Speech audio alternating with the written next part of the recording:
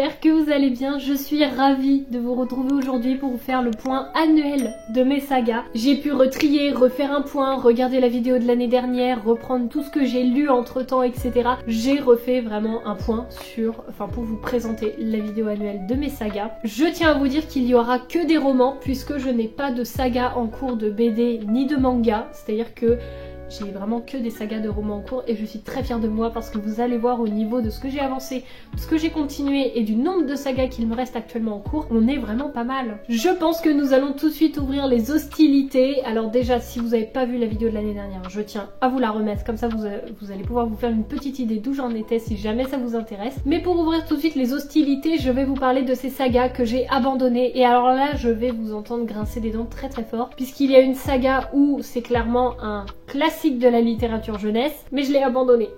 J'avoue, j'ai abandonné. Mais en même temps, je suis mes envies de lecture. Je ne suis pas les envies de tout le monde. Donc voilà. Donc depuis l'année dernière, des sagas que j'avais commencé ou continué, j'ai pu abandonner 2 sagas par rapport à cette année. Donc j'ai pu abandonner la première qui est Eragon de Christopher Paolini. Donc j'avais les tomes en papier, mais j'ai pu les découvrir dans leur version audio tout simplement parce qu'en fait je les avais trouvés en brocante, mais j'allais jamais dedans parce que les tomes c'était des bonnes pavasses et donc en fait j'ai commencé à les écouter en audio. Je me suis arrêtée au niveau du tome 2 parce qu'en fait je crois que j'en étais au tome 2 quand je vous en ai parlé l'année dernière, mais je n'ai pas du tout avancé en fait, je n'ai pas continué et j'ai même revendu tous mes tomes et je ne compte pas écouter ni lire le tome 3 et le tome 4 tout simplement parce que je trouve que maintenant, ça ne correspond plus à mes genres de lecture, c'est trop jeunesse pour moi. Je comprends l'engouement qu'il y a eu autour de ça, je comprends qu'on puisse adorer cette saga, mais ça me correspond pas parce que je trouve qu'il y a des résolutions un peu trop faciles, disons que les méchants sont méchants mais ils trouvent un arrangement assez facile avec le gentil pour que ça passe. Enfin, je caricature, mais moi, à un moment, c'est vraiment ce que j'ai ressenti et je sais pas, j'ai pas eu cette envie de retourner dans le tome 3, donc je n'ai pas continué.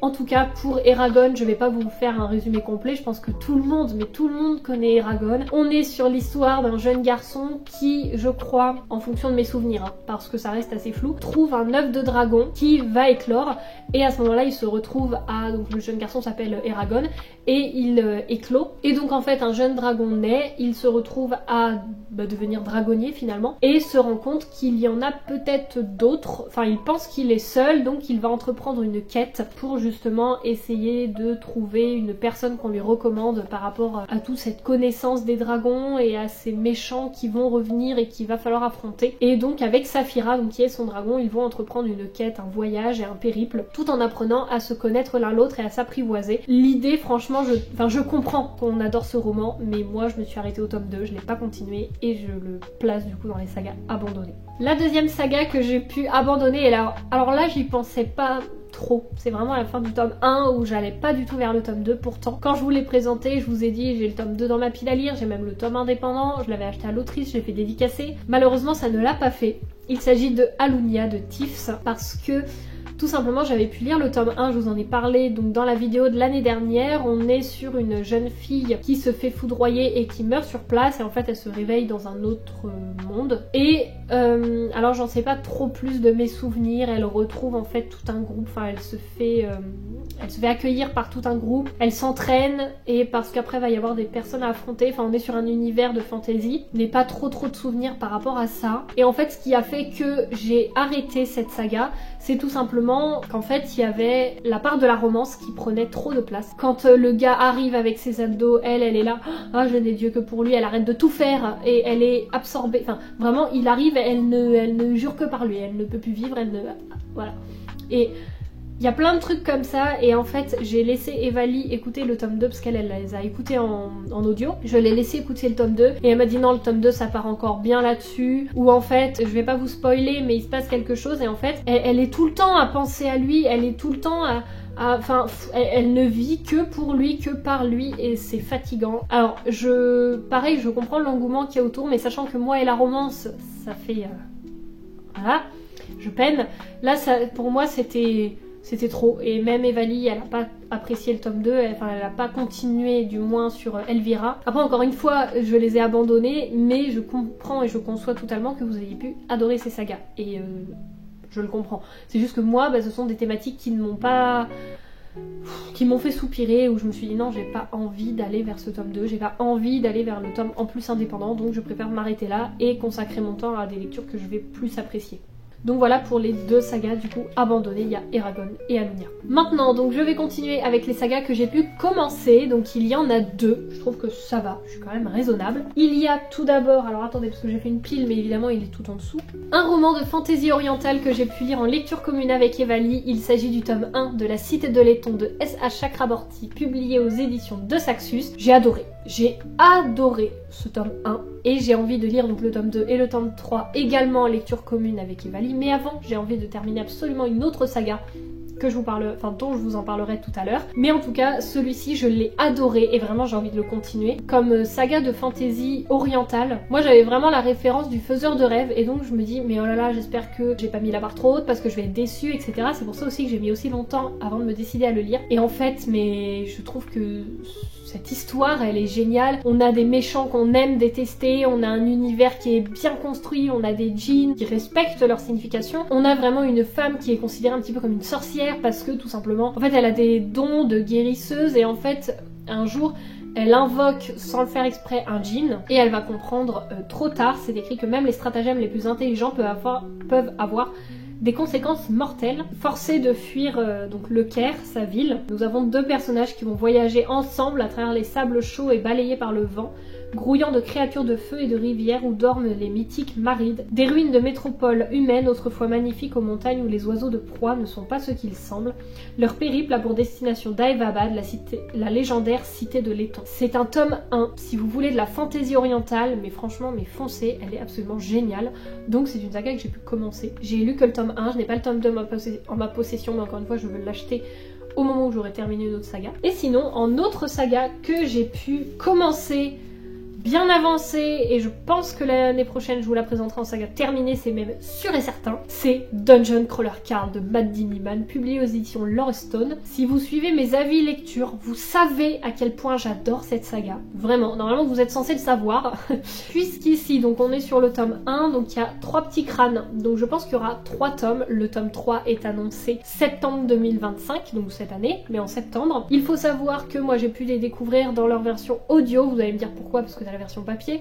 Celui-ci c'est mon père qui me l'a prêté et en fait je l'ai commencé, enfin je voulais l'écouter sur la route et tout quand j'allais au boulot, donc je l'ai commencé en audio. Du coup j'ai pris le tome 2 en audio, du coup j'ai précommandé le tome 3 en audio et mais c'est génial, les intonations, enfin que je vous fasse un résumé, c'est-à-dire que moi j'ai lu le tome 1 et le tome 2 pour le moment. On est sur une réalité au début où tout simplement on y suit Karl qui se lève dans la nuit parce que le chat de son ex décide de sauter par la fenêtre alors que ce chat ne bouge jamais de la maison. Et donc là il se retrouve à devoir sortir dans la rue en pleine nuit en caleçon et à ce moment-là tous les immeubles sautent, toute personne dans une voiture, dans un logement, dans une tente, dans un truc, dans un bâtiment meurt instantanément. Et donc là il y a les extraterrestres qui arrivent et qui disent il y a une dette que vous deviez régler il y a des années et des années, des milliers d'années, je sais plus mais il y a des années et des années et vous ne l'avez jamais réglé. Donc aujourd'hui on arrive au jour où on s'empare de la Terre. Et à ce moment-là en fait ils construisent des donjons dans les souterrains de la Terre.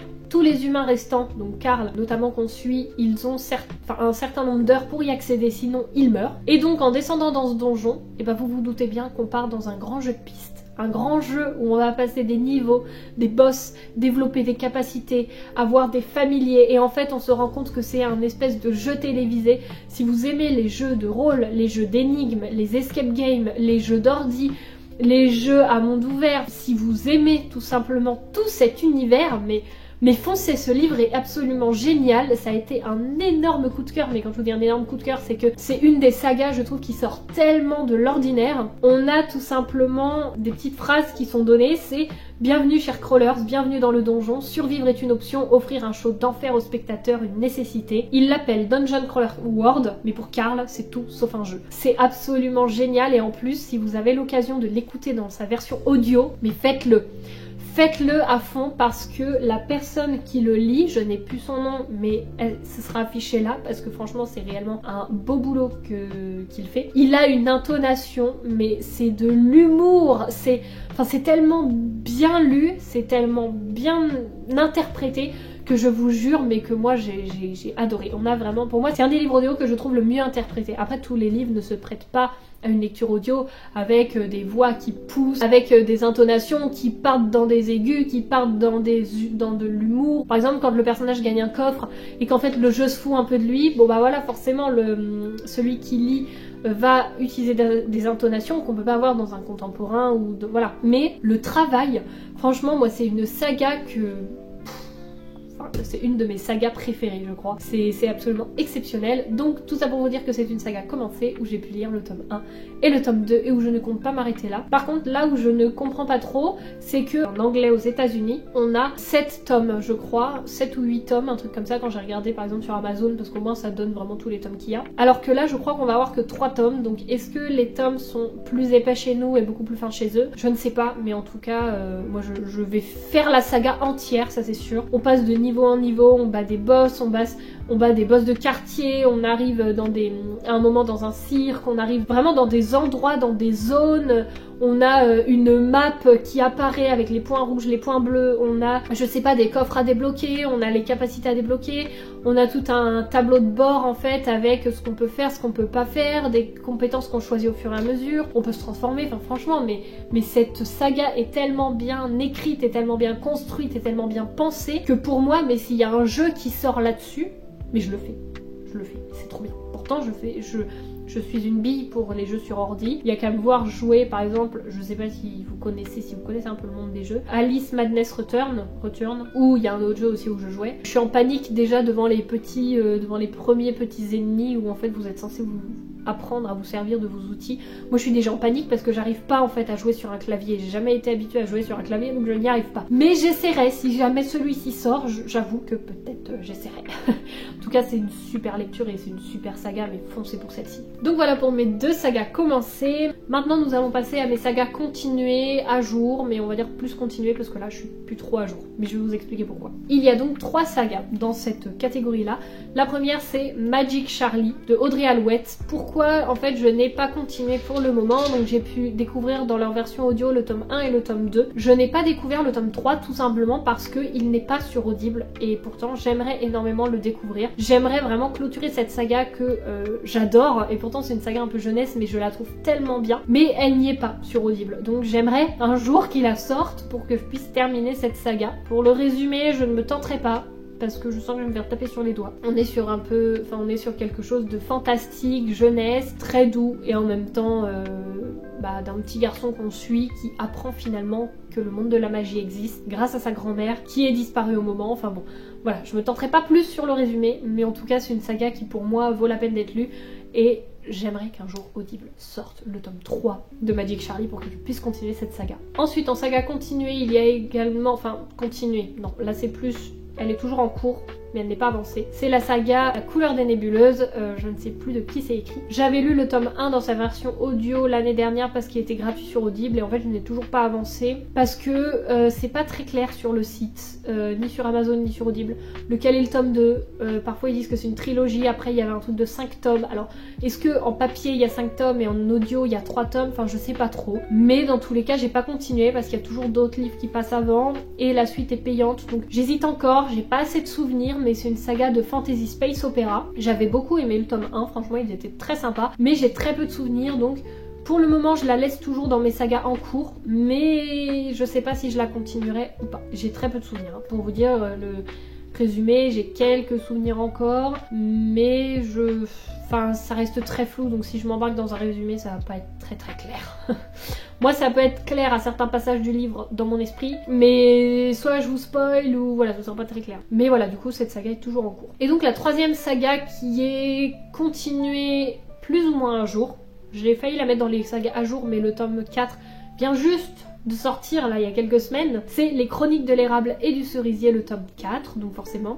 Par contre je suis trop contente parce que l'année dernière je vous présentais le tome 3 en vous disant j'ai toujours pas avancé alors que je devais avancer, etc. Et ce tome 3 a traîné pendant des années, je crois qu'il a traîné pendant 2 ans dans ma pile à lire puisqu'il a dû sortir en 2023. Je l'ai lu là au mois de mai et j'ai pas du tout peiné à me replonger dedans parce que l'auteur Camille Monceau, elle refait un résumé spoilant du tome 1 et du tome 2, donc ça c'est très chouette. Et donc là j'ai commencé commandé, j'attends plus que d'aller chercher le tome 4 et donc j'aimerais le terminer et pour l'année prochaine vous dire que j'ai terminé les chroniques de l'érable et du cerisier parce que c'est une saga que j'adore. Et pour tout résumer, on est dans un Japon du XVIIe siècle où Ichiro, donc un nourrisson au moment, se fait abandonner par sa famille, ou enfin il se fait abandonner, on n'en sait pas plus, et en fait il se fait recueillir par un étrange samouraï, on n'en sait pas trop, par un maître samouraï, et une troisième personne, qui vit donc avec une deuxième personne qui vit avec le samouraï, et donc ils grandissent, ils vivent au fur et à mesure des années tous les trois, où Ichiro apprend la voie du sabre, ils apprennent à vivre avec les saisons qui passent, dans la douceur du moment, etc. Jusqu'au jour où un terrible événement se produit et où Ichiro va devoir affronter son destin, affronter la réalité, puisqu'il n'a jamais été au village, il n'est jamais sorti de ce petit sanctuaire, de cette petite maison, donc il va vraiment devoir sortir pour affronter un petit peu tout. Et la nature, le sauvage, tout ce qu'il ne connaît pas. Et je trouve qu'on a énormément de connaissances, c'est une plume qui est très descriptive, très contemplative, et pourtant il se passe énormément de choses. Dans le tome 3, on n'y suit pas le point de vue d'Ichiro, mais d'un autre protagoniste, tout autant intéressant parce que du coup on voit d'autres pans de l'histoire, on voit d'autres pans que Ichiro en tant qu'homme n'aurait pas pu vivre, parce que là on y suit du coup dans le tome 3 une jeune fille, une jeune femme, et franchement, mais cette saga elle est tellement riche, il y a tellement de choses, enfin vraiment si vous voulez déjà quelque chose sur le Japon et en plus au XVIIe siècle, avec toutes les connaissances, avec tout ce qu'on apprend, etc. Il se passe plein de choses et en même temps on a le temps d'apprendre à vivre dans ce livre.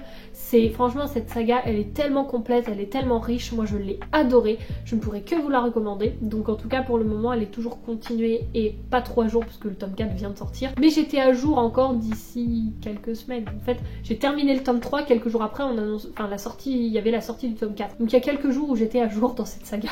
Et maintenant nous allons passer à ces sagas que j'ai pu terminé depuis l'année dernière et donc il y en a 3, je suis plutôt contente. Après vous allez voir que dans les 3 sagas il y a quand même 2 duologies, donc vous allez me dire oui c'est pas des sagas de 6-7 tomes et tout, certes, mais ce sont des sagas qui ne sont plus en cours et qui sont terminées. D'ailleurs je vous en ai parlé mais je vous l'ai même pas montré, mais j'avais du coup les chroniques de l'érable et du cerisier, le tome 3 avec moi en fait, mais j'ai oublié de vous le montrer au moment, mais il est là. Et j'ai les 2 autres dans ma bibliothèque, mais j'allais pas sortir les 3, sachant qu'en plus j'ai oublié de vous montrer le seul que j'avais sorti. Donc pour les 2 duologies que j'ai pu terminer, il y a tout d'abord un psaume pour les recyclés sauvages de Becky Chambers. Je ne sais plus si dans la vidéo de l'année dernière j'avais lu le tome 1 ou pas encore, mais là j'ai pu lire donc le tome 1 et le tome 2. On y suit Frère Dex, un moine de thé qui au bout d'un moment en a marre en fait. Donc au début il sillonne les villages et il sert du thé aux personnes et en échange il écoute un petit peu leurs soucis, leurs tracas ou leurs bons moments, enfin vraiment ce qu'ils ont envie d'échanger, jusqu'au jour où il en a marre et il se dit mais je fais ça pourquoi? Quel est vraiment mon chemin, ma destinée, ma vie? Je fais quoi en fait? Et donc il part un petit peu en quête de lui-même et il se retrouve dans son petit périple à croiser Omphale, un robot, alors que les robots avaient disparu depuis des années et des années et des années, puisqu'on est dans un roman d'anticipation. Et en fait, Omphale a une question à poser aux humains. En fait, c'est son but. Il sillonnait un peu les forêts et tout pour trouver des humains et poser la question de quoi les humains ont-ils vraiment besoin. Et alors là, on se rend compte qu'en fait, peut y avoir autant d'humains que de réponses, mais même autant de moments de la journée, parce que le matin on n'aura pas forcément besoin de la même chose que le soir, quand on est enfant on n'a pas forcément besoin de la même chose que quand on est plus âgé, enfin voilà, vraiment c'est une question simple mais qui est tellement compliquée que du coup en fait nos 2 petits personnages vont apprendre à se connaître eux-mêmes aussi, et vont avancer dans leur petite quête ensemble. Donc c'est un roman d'anticipation que j'ai trouvé vraiment très intéressant, que j'ai beaucoup aimé, mais que je n'ai pas gardé parce que tout simplement pour moi, voilà, c'est vraiment un roman que je voulais faire, que je voulais partager, que je voulais faire voyager, et que je ne voulais pas garder pour moi. Et dans tous les cas, si je veux le relire, je me le reprocurerai ou autre, mais j'en ai d'autres dans ces mêmes thématiques que j'ai toujours. Mais en tout cas, celui-ci, je ne l'ai plus en ma possession, mais j'ai beaucoup aimé. Après, je sais que j'ai un petit peu moins accroché avec le tome 2, je saurais plus dire trop pourquoi, j'ai ressenti plus de distance avec les personnages sans trop savoir pourquoi, mais en tout cas c'est une saga qui est actuellement terminée. La deuxième duologie que j'ai pu terminer, c'est Tiziri d'Alexiane Delis, donc de Plume Blanche, publié aux éditions Plume Blanche, pardon. L'année dernière, j'avais pu lire le tome 1, il me restait le tome 2 à lire tout simplement. Et donc j'ai pu le découvrir en version audio, parce que je crois que le tome 1 aussi, je l'avais découvert en version audio. Et alors en fait, j'ai adoré, vraiment j'ai adoré. C'est un roman qui est comparé à Avatar. Et je trouve que c'est totalement ça, franchement, c'est exceptionnel. Je vais pas vous refaire un résumé parce que ce serait ne pas rendre justice à l'œuvre, mais si vous connaissez Avatar, je pense que vous avez le résumé, franchement. C'est absolument génial, vraiment, Je me suis dit oui, moi... En fait, en plus, faut savoir que j'ai jamais vu les Avatars, ou alors j'en ai vu des bribes. Quand mes parents les regardaient à la télé, j'allais dans ma chambre, je revenais, je regardais un bout, je regardais 10 minutes, je repartais. Enfin, j'ai jamais vraiment vu, je crois, un Avatar en entier. Enfin, vraiment, voilà. Donc j'ai pas spécialement d'accroche avec ces films. Et pourtant, les livres, je les ai adorés, mais vraiment adorés. Pour moi, en fait, le tome 2 n'est pas nécessaire à lire, il va pas vous apprendre la fin de ce qui se passe, de la saga. C'est tout simplement, en fait, dans le tome 1, on a le point de vue de Tiziri, dans le tome 2, on a le point de vue protagoniste masculin. J'allais dire Astar, mais non, Astar, il me semble que c'est l'arbre sanctuaire, enfin voilà, donc c'est pas ça. Mais du protagoniste masculin, donc en fait, on y suit la même histoire, mais du point de vue du protagoniste masculin et du point de vue de Tiziri. Moi j'avais peur que ce soit un peu redondant ou alors pas très... ouais, ça rajoute pas trop de choses, et en fait si, c'est-à-dire que il n'est pas nécessaire parce qu'on a toute l'histoire avec Tiziri, mais par contre avec le protagoniste masculin, on a énormément de choses qu'on voit qui sont très différentes, on a ses pensées, et pour le coup là il y a une romance dans cette histoire qui ne m'a pas du tout dérangée. C'est ça qui est étrange, c'est qu'en fait... C'est pas que c'est étrange, mais c'est qu'elle a tellement été bien faite, elle est tellement nécessaire en fait à l'histoire, elle a été bien conduite et bien déroulée, que du coup j'ai adoré. Vraiment j'ai adoré même la romance dedans. Vraiment je la trouvais... Enfin pour moi il n'y aurait pas eu la romance, il aurait manqué quelque chose pour vous dire, et je l'attendais dans cette histoire, on la voyait venir petit à petit et je l'attendais. Et franchement j'ai trouvé ça très intéressant du coup de voir le point de vue du gars, parce que ça nous montre encore plus, parce qu'en fait ils ont pas du tout la même façon de vivre, la même éducation, la même vision de la nature, les mêmes choses. En fait on y suit deux personnages qui ne viennent pas du tout du même milieu, donc je trouve ça encore plus intéressant, et de voir en fait des choses dans le deuxième tome qu'on avait pas du tout vu de la même manière dans le tome 1, parce qu'on ne voyait pas du tout avec le même point de vue de personnage, donc c'était super intéressant. Et donc franchement moi c'est une saga que je peux que recommander. En plus c'est une duologie, donc ça se lit assez rapidement. La mise en page de Plume Blanche elle est toujours magnifique, mais alors là c'est une saga qui était exceptionnelle. Enfin je l'ai trouvée très très belle cette saga, autant dans la présentation, vraiment présentation des pages, la mise en page, les en-têtes de chapitres, etc., que sur l'histoire en elle-même. Franchement moi je trouve que c'est une très belle réussite de la part d'Alexiane Delis, et franchement je lui dis chapeau, parce que pour être comparé à Avatar il faut le faire, et pour réussir après à se dire oui effectivement on peut bien le comparer à Avatar, voilà, franchement moi c'est tout gagné, et je trouve qu'elle l'a fait avec brio. Nous allons maintenant terminer avec la dernière saga de cette vidéo, que j'ai également terminée. L'année dernière j'en étais au tome 3, entre temps le tome 4 est sorti, j'ai pu lire le tome 4. Il s'agit de la saga que je vous la montre pas à l'envers, Mémoire de la forêt de Michael Brun-Arnaud, publié aux éditions de l'École des loisirs dans la catégorie 9, je vais y arriver. Ici c'est la saison des adieux, donc l'année dernière je vous disais que j'avais prêté le tome 1 à ma maman pour qu'elle le lise. Elle l'a toujours chez elle, elle ne l'a toujours pas lu. Donc bon, je reverrai un jour mon livre, hein, mais pour le moment je ne l'ai toujours pas en ma possession. Ici on est tout simplement donc dans le tome 1, on y suit Archibald de Renard, qui est le libraire du petit village de Belle-Écorce, où en fait chaque personne va venir déposer une histoire, généralement c'est son histoire de vie ou autre, et va le déposer dans la bibliothèque, dans la librairie pardon de Archibald, et c'est vraiment des livres qui existent en un seul exemplaire. Sauf que à un moment il y a alors en plus j'ai plus le résumé donc je peux plus le relire pour avoir les noms. C'est Ferdinand Taupe donc qui un jour demande en fait à avoir récupéré son livre, parce que il est atteint de la maladie de l'oubli-tout. Donc l'oubli-tout ça fait référence à l'Alzheimer, et donc il aimerait beaucoup récupérer son livre pour avoir accès en fait à ses souvenirs.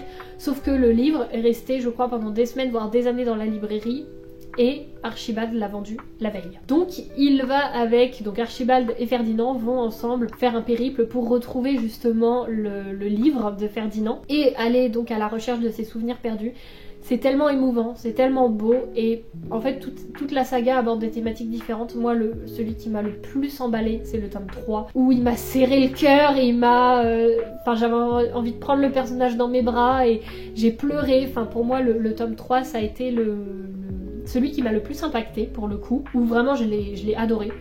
Cette saga dans l'ensemble j'ai adoré. Le tome 4 a été le tome que j'ai un petit peu moins apprécié dans le sens où je pense que l'auteur voulait faire un peu les adieux avec tous les personnages. Et donc en fait je crois qu'il nous a mis tous les personnages dans le tome. Et du coup moi j'étais là en mode non mais là il y a trop de personnages. En fait il y avait une thématique en particulier, mais en fait il y avait trop de thématiques. Je trouve qu'on s'est pas assez concentré que sur une seule thématique dans ce livre. Après ce n'est que mon avis, ça reste une excellente saga pour moi que je vous recommande à 100%, que ce soit pour en gros un adulte, un enfant. C'est-à-dire qu'un enfant va la lire, il ne va pas comprendre la même chose qu'un adulte qui va la lire. Mais en même temps, vous pouvez la lire avec un enfant, où vous allez pouvoir expliquer certaines choses, et je trouve que c'est un livre à lire à tout moment de la vie. Vraiment c'est un livre que vous pouvez lire en tant qu'enfant, en tant qu'adolescent, préadolescent, jeune adulte, adulte, même personne âgée. Je pense que ce livre va vous impacter à tout moment parce qu'il aborde des thématiques de la vie qui sont tellement enrobées, embellies, mais qui en même temps rappellent leur dureté dans la vie et leur impact par rapport aux autres personnes. Et franchement c'est une saga qui est absolument magnifique, que je ne peux que vous recommander. Et en tout cas donc le tome 4 est terminé, donc cette saga est terminée. Donc pour faire un point sur mes sagas, j'en ai 3 qui sont terminées, 2 abandonnées, 2 que j'ai pu commencer depuis l'année dernière et 3 qui sont toujours en cours, voire en pause en fait. Par exemple La couleur des nébuleuses et Magic Charlie, je les compte pas trop comme des sagas en cours parce qu'en fait La couleur des nébuleuses je ne pense pas le continuer et Magic Charlie c'est juste que j'attends la sortie d'Audible. Peut-être qu'elle ne viendra jamais, mais j'attends. Peut-être que si jamais je le trouve un jour en brocante, peut-être que je me le procurerai. Mais voilà, à voir. Mais en tout cas, je vais pas les compter comme des sagas en cours parce que, disons que c'est pas moi qui est en retard dessus finalement. On va dire qu'en réalité, j'ai La Cité de Laiton, Dungeon Crawler Carl et Les Chroniques de l'érable et du cerisier. Si on compte vraiment, ça fait que j'ai 3 sagas en cours, ce qui je trouve est vraiment pas mal du tout. Si on rajoute les 2 autres, ça fait quand même 5 sagas en cours, je trouve que c'est quand même très raisonnable. Donc je suis très contente de ce bilan de saga. Et en plus je pense que là je vais terminer La Cité de Laiton, pas La Cité de Laiton, Les Chroniques de l'érable et du cerisier incessamment sous peu. Et que après j'ai une autre grosse saga sur le thème des Vikings, mais à lire. Là il y a 5 tomes, j'ai déjà les 5 tomes et Valie me les a prêtés, mais c'est que j'aimerais les lire et vous en faire un vlog. Donc voilà, je vous en reparlerai au moment où elles seront lues. Mais en tout cas voilà, j'espère que cette vidéo vous aura plu. N'hésitez vraiment pas à me faire vous votre retour sur vos sagas. Est-ce que vous allez en faire une vidéo? Si vous avez fait une vidéo, n'hésitez vraiment pas à me mettre le lien dans les commentaires. Vraiment c'est avec plaisir que j'irai la voir. Mais vraiment, n'hésitez pas à me faire un retour, ça me fait toujours très plaisir de vous lire et de voir que mes vidéos vous intéressent. En tout cas, j'espère comme toujours que vous aurez passé un agréable moment. Et sur ce, moi je vous dis à la semaine prochaine pour la nouvelle vidéo. Et d'ici là, je vous souhaite de faire de très belles lectures. Salut!